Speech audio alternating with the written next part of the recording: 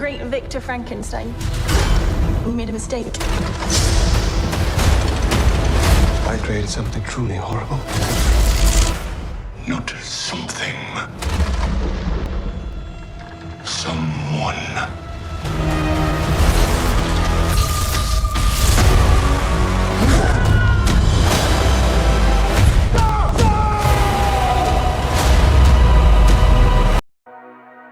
যদি একজন বিজ্ঞানী শুধু কৌতূহল আর অহংকারের বশে মৃত্যুকে হার মানাতে চায়, যদি সে সত্যি মৃতদেহের অংশ জোড়া লাগিয়ে একটা নতুন জীবন তৈরি করে ফেলে, কিন্তু সমস্যা হলো সে যাকে সৃষ্টি করলো তাকে কি সে গ্রহণ করতে পারবে? এই সিনেমাটি তৈরি হয়েছে ম্যারি শেলির বিখ্যাত উপন্যাস ফ্র্যাঙ্কেনস্টাইন অবলম্বনে, যেটাকে বলা হয় বিশ্বের প্রথম সায়েন্স ফিকশন নভেলগুলোর একটি। কিন্তু এটা শুধু হরর না, এটা একটা স্রষ্টা আর তার সৃষ্টির ট্র্যাজেডি। এটা অপরাধবোধ, একাকিত্ব, প্রত্যাখ্যানের গল্প। তো চলুন ঢুকে পড়ি মেইন গল্পে।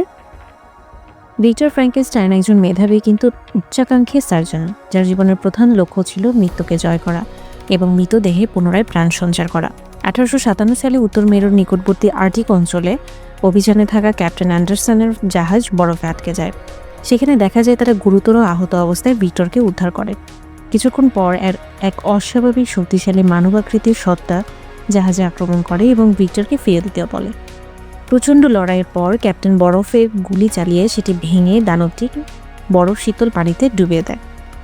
পরে ভিক্টর তাদেরকে জানায় যে ওই মনস্টার তার নিজের তৈরি। সে মৃতদেহের বিভিন্ন অংশ জোড়া লাগিয়ে বৈজ্ঞানিক পরীক্ষার মাধ্যমে প্রাণ সৃষ্টি করেছিল। ভিক্টরের শৈশব ছিল কঠোর নিয়ম আর ভয়ের মধ্যে বড় হওয়া। তার বাবা ছিলেন বিখ্যাত সার্জন, কিন্তু রাগী কর্তৃত্বপরায়ণ। ছোট ভাই উইলিয়ামের জন্ম দিতে গিয়ে তার মায়ের মৃত্যু হয়। এত বড় সার্জন হওয়া সত্ত্বেও বাবা মাকে বাঁচাতে না পারায় ভিক্টরের মনে খুব গভীর ক্ষোভ জন্মায়। সেদিন থেকে সে শপথ নেয় যে কাজ তার বাবা পারেনি, সে মৃত্যুকে জয় করে দেখাবে। পরে ভিক্টর লন্ডনে এসে রয়্যাল কলেজ অফ মেডিসিনের প্রফেসর হয়। সেখানে সে প্রকাশ্যে মৃত্যুকে জয় করার ধারণা নিয়ে গবেষণা শুরু করে। দুটি মৃতদেহের বিভিন্ন অঙ্গ জোড়া লাগিয়ে সে একটা মানবদেহ তৈরি করে এবং বিশেষ বৈদ্যুতিক যন্ত্রের মাধ্যমে সেটিকে সাময়িকভাবে জীবিত করে দেখায়। কিন্তু কলেজ কর্তৃপক্ষ তার গবেষণাকে বিপজ্জনক ও ধর্মবিরুদ্ধে বলে নাকচ করে দেয়। এই সময় তার সঙ্গে দেখা হয় হেনরিক হারল্যান্ডার নামে এক ধনী ব্যক্তির। হেনরিক জানায় ভিক্টরের পরীক্ষায় মূল সমস্যা হচ্ছে সে শরীরে সঠিকভাবে শক্তি প্রবাহ করতে পারছে না।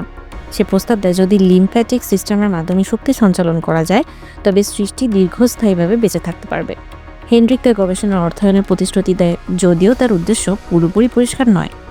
এদিকে ভিক্টর তার ভাই উইলিয়ামের বাগদত্তা এলিজাবেথের সঙ্গে পরিচিত হয় এবং তার প্রতি আকৃষ্ট হয়ে পড়ে। কিন্তু এলিজাবেথ স্পষ্ট জানিয়ে দেয় ভিক্টরের চিন্তাভাবনা উন্মাদসুলভ। বর্তমান সময়ে উত্তর মেরুর বরফে আটকে থাকা জাহাজের ভিক্টর তার অতীতের গল্প বলতে থাকে। বাইরে সেই মনস্টার আবার জেগে উঠে জাহাজের আক্রমণের প্রস্তুতি নিচ্ছে। ক্যাপ্টেন দৃঢ়ভাবে জানিয়ে দেয় সে কোনোভাবেই ভিক্টরকে মনস্টারের হাতে তুলে দেবে না। অতীতে ফিরে দেখা যায় হেনরিক ভিক্টরকে একটা পুরনো বাড়িতে নিয়ে যায়, যার উপরে বিশাল একটা টাওয়ার রয়েছে। ভিক্টর বুঝতে পারে এই টাওয়ারই হবে তার চূড়ান্ত পরীক্ষার আদর্শ স্থান। সেখানে সে আরও নতুন প্রযুক্তি ব্যবহার করে তার সৃষ্টিকে স্থায়ীভাবে জীবিত করার পরিকল্পনা শুরু করে। ভিক্টর তার ভাই উইলিয়ামকে দিয়ে পুরনো টাওয়ারযুক্ত বাড়িতে একটি পূর্ণাঙ্গ ল্যাব তৈরি করে। এদিকে সে নিজে নতুন টেস্ট সাবজেক্ট খুঁজতে থাকে। ক্রিমিয়া যুদ্ধ শুরু হলে সে যুদ্ধবন্দীদের পর্যবেক্ষণ করে এবং সুস্থ বন্দীদের চিহ্নিত করে রাখে, যাতে ফাঁসির পর তাদের দেহ গবেষণায় ব্যবহার করতে পারে। তার লক্ষ্য এখন একটাই, যে করে হোক মৃত্যুকে জয় করা। এই সময় সে এলিজাবেথের সঙ্গে আবার দেখা হয়। তাকে গোপনে অনুসরণ করে এক চার্চে গিয়ে ফাদারের কক্ষে লুকিয়ে তাকে কনফেশন শুনে। প্রথমে এলিজাবেথের কথায় সে আনন্দিত হলেও পরে বুঝতে পারে যে এলিজাবেথ তার চিন্তাভাবনাকে বিপজ্জনক মনে করে। পরে জানা যায় এলিজাবেথ মজা করেই আসলে তাকে ঘৃণা করার কথা বলেছিল এবং সে নিজেও বিজ্ঞান মনস্ক। ধীরে ধীরে তাদের মধ্যে ঘনিষ্ঠতা বাড়ে। ভিক্টর গবেষণার চেয়ে এলিজাবেথের প্রতি বেশি মনোযোগ দিতে শুরু করলে হেনরিক উদ্বিগ্ন হয়ে পড়ে। সে জানিয়ে দেয় যুদ্ধ শেষ হলেই অর্থায়ন বন্ধ হয়ে যাবে, তাই এক সপ্তাহের মধ্যে প্রজেক্ট সফল করতে হবে। চাপের মুখে ভিক্টর আবার পুরুষশক্তি দিয়ে কাজে ঝাঁপিয়ে পড়ে। এরই মধ্যে সে এলিজাবেথকে প্রপোজ করে, কিন্তু এলিজাবেথ জানায় যে সে তাকে কেবল বন্ধু হিসেবেই দেখে এবং তার জীবনসঙ্গী হিসেবে বেছে নিয়েছে উইলিয়ামকে। প্রত্যাখ্যানের আঘাতে ভিক্টরের মধ্যে তীব্র জেদ জন্মায়। পরে তারা যুদ্ধক্ষেত্র থেকে নিহত সৈনিকদের দেহ সংগ্রহ করে। ভিক্টর বিভিন্ন অঙ্গ জোড়া লাগিয়ে একটি পূর্ণাঙ্গ মানবদেহ তৈরি করে। পরিকল্পনা অনুযায়ী সে বজ্রপাতের শক্তি ব্যবহার করে দেহে প্রাণ সঞ্চার করতে চায়। টাওয়ারের চূড়ায় লাইটিনিং বসিয়ে রক্ত বজ্র শক্তি সংগ্রহের ব্যবস্থা করা হয়, কারণ আগের সব পরীক্ষায় পর্যাপ্ত শক্তির অভাবে আসলে সেটা দীর্ঘস্থায়ী হয়নি। এই সময় জানা যায় হেনরিক দুরারোগ্য ক্যান্সারে আক্রান্ত। তার প্রকৃত উদ্দেশ্য ছিল মৃত্যুর পর নিজের মস্তিষ্ক সেই নতুন দেহে প্রতিস্থাপন করে আবার বেঁচে ওঠা, কিন্তু ভিক্টর ক্যান্সার আক্রান্ত শরীরে ব্রেন ব্যবহার করতে অস্বীকার করেন। এতে ক্ষিপ্ত হয়ে হেনরিক যন্ত্রপাতি নষ্ট করার চেষ্টা করে। হেনরিকের সঙ্গে ধস্তাধস্তির সময় সে দুর্ঘটনাবশত গভীর গর্তে পড়ে মারা যায়, কিন্তু ভিক্টর থামে না। বজ্রপাতের শক্তি লাইটেনিং এর রডের মাধ্যমে তার তৈরি দেহে প্রবাহিত হলেও তাৎক্ষণিকভাবে কোনো সাড়া মেলে না। শেষমেশ সে হতাশ হয়ে ঘুমিয়ে পড়ে। পরদিন সকালে সে দেখে তার তৈরি দেহটি জীবিত। শুরুতে সে সৃষ্ট সত্তা শিশুর মতো আচরণ করে, শুধু ভিক্টর শব্দটি বলতে পারে। পৃথিবী তার কাছে সম্পূর্ণ নতুন ও ভীতিকর। ভিক্টর তাকে শেখাতে থাকে, তবে নিয়ন্ত্রণ রাখতে চেইন দিয়ে বেঁধে রাখে। সময়ের সাথে বোঝা যায় তার অসাধারণ হিলিং ক্ষমতা আছে। আঘাত পেলে মুহূর্তে সেরে ওঠে, কিন্তু তার সরল শিশুসুলভ আচরণ ভিক্টরকে বিরক্ত করে তোলে। এদিকে এলিজাবেথ ও উইলিয়াম হেনরিকের খোঁজে ল্যাবে আসে। এলিজাবেথ বেজমেন্টে গিয়ে সে সৃষ্ট পানিকে দিয়ে দেখে। তার চোখে নিষ্পাপ ভাব ও শরীরে আঘাতে চিহ্ন দেখে সে মায়া অনুভব করে। ভিক্টর স্বীকার করে যে এটা তার নিজের তৈরি। এলিজাবেথ তাকে নাম শেখানোর চেষ্টা করলে সেটি প্রথমবার এলিজাবেথ উচ্চারণ করে। এতে ভিক্টর তীব্র ঈর্ষায় ক্ষিপ্ত হয়ে ওঠে এবং তাকে আঘাত করতে থাকে। প্রথমবারের মতো সেই সত্তা প্রতিরোধ করে এবং নিজের শক্তির পরিচয় দেয়। ভিক্টর আতঙ্কিত হয়ে উইলিয়ামকে বলে যে হেনরিককে এই সৃষ্টি হত্যা করেছে এবং এলিজাবেথকে নিয়ে ভিয়েনা চলে যেতে বলে, কিন্তু এলিজাবেথ আশঙ্কা করে ফিরে আসে। রাগে ভিক্টর বাড়িতে আগুন ধরিয়ে দেয়। সে তার প্রাণীকে বলে যে আমার নাম ছাড়া অন্য কিছু বলতে পারলে তোমাকে মুক্তি দেব। যখন সে এলিজাবেথ বলে ডাকে, ভিক্টর আরও ক্ষিপ্ত হয়ে আগুন লাগিয়ে বাইরে বেরিয়ে দেয়।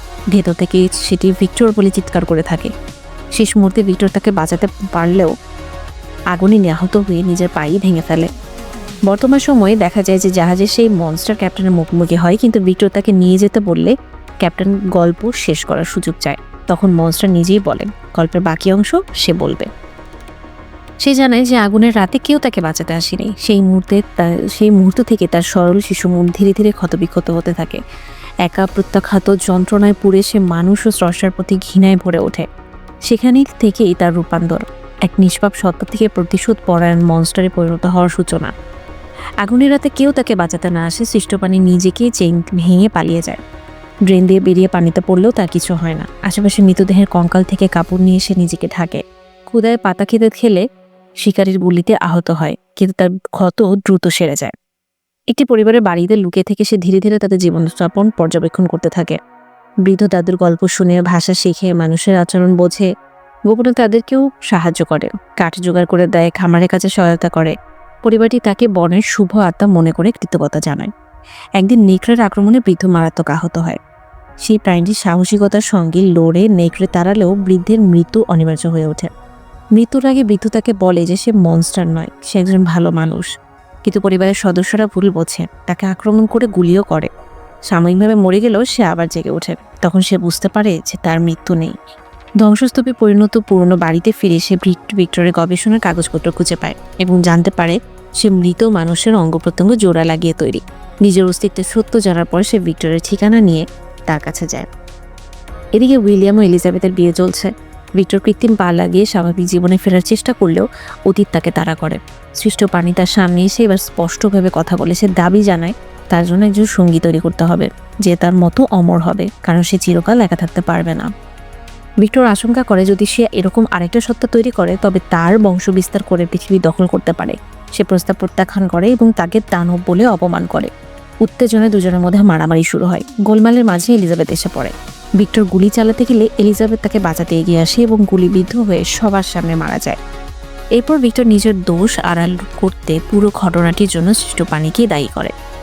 এলিজাবেথের গুলিবিদ্ধ হওয়ার পর উইলিয়াম সহ সবাই ক্রিয়েচারের ওপরে হামলা করতে চায়, কিন্তু সে সবাইকে ছিটকে ফেলে এলিজাবেথকে তুলে নিয়ে দূরের একটি গুহায় চলে যায়। মৃত্যুর আগে উইলিয়াম ভিক্টরকে বলে আসল মনস্টার আসলে সে নিজেই। এই কথা ভিক্টরের মনে গভীর আঘাত করে। গুহা এলিজাবেথ শেষ নিঃশ্বাস নেওয়ার আগে ক্রিয়েচারকে বলে তাকে অনেক দূরে নিয়ে যেতে। এলিজাবেথের মৃত্যু ক্রিয়েচারকে ভেতর থেকে ভেঙে দেয় এবং সে সত্যিকারের প্রতিশোধ পরায়ণ রূপ ধারণ করে। ভিক্টর সেখানে পৌঁছালে ক্রিয়েচার তার রাইফেল কেড়ে নেয় এবং জানায় যেহেতু সে আজীবন যন্ত্রণা ভোগ করবে, ভিক্টরকেও সে একই কষ্ট অনুভব করতে হবে। এরপর শুরু হয় দীর্ঘ ধাওয়া। ভিক্টর ভারী অস্ত্র ডায়নামাইটস নিয়ে বরফের প্রান্তরে তার পিছু নিতে থাকে। এক পর্যায়ে সে গুলি চালালেও ক্রিয়েচারের কিছুই হয় না, এমনকি ডায়নামাইট বিস্ফোরণও সে অমর থেকে যায়। এই বিস্ফোরণের শব্দই ক্যাপ্টেন অ্যান্ডারসনের দল শুনছিল, যার মাধ্যমে গল্পের শুরুটা হয়েছিল।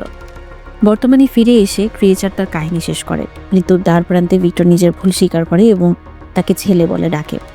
ক্রিয়েচারও তাকে ক্ষমা করে এবং প্রথমবারের মতো তাকে বাবা হিসেবে মেনে নেয়। সেই রাতেই ভিক্টর মারা যায়। ক্যাপ্টেন অ্যান্ডারসন ও নাবিকরাজ ক্রিয়েচারকে দেখে আতঙ্কিত হলেও ক্যাপ্টেন বুঝতে পারে সে আসলে কারো ক্ষতি করবে না। বিদায় নেওয়ার আগে ক্রিয়েচার বরফে আটকে থাকা জাহাজ ঠেলে মুক্ত করে দেয়, ফলে নাবিকরা দেশে ফেরার সুযোগ পায়। শেষে ক্রিয়েচার একই অজানার পথে পা বাড়ায়। সে অমর কিন্তু নিঃসঙ্গ। সে জানে তার মৃত্যু নেই, কিন্তু অনুভূতি আছে। সে রক্ত মাংসের তৈরি, যন্ত্রণা অনুভব করে, কিন্তু সমাজ তাকে কখনো মানুষ হিসেবে মেনে নেয়নি। গল্পটি শেষ হয় এই উপলব্ধিতে ন্যাডন জন্মগত নয়, তাকে পরিস্থিতি, প্রত্যাখ্যান এবং স্রষ্টার দায়িত্বহীনতা আসলে দানবে পরিণত করে। ফ্র্যাঙ্কেনস্টাইন আসলে শুধু ভয় দেখানোর গল্প না, এটা একটা একাকিত্ব, গ্রহণযোগ্যতা আর নিজের ভুলের দায় বুঝতে শেখার গল্প, যার মূল ধারণা এসেছে ম্যারি শেলির লেখা ফ্র্যাঙ্কেনস্টাইন থেকে। এই গল্প আমাদের শেখায় কখনো কখনো সত্যিকারের মনস্টার বাইরে না, মানুষের ভেতরেই থাকে। ভিডিওটা যদি ভালো লেগে থাকে অবশ্যই লাইক দিবেন, কমেন্টে আপনার মতামত জানাবেন এবং এমন আরও মুভি স্টোরি পেতে চ্যানেলটি সাবস্ক্রাইব করে রাখবেন। এখনকার জন্য আল্লাহ হাফেজ।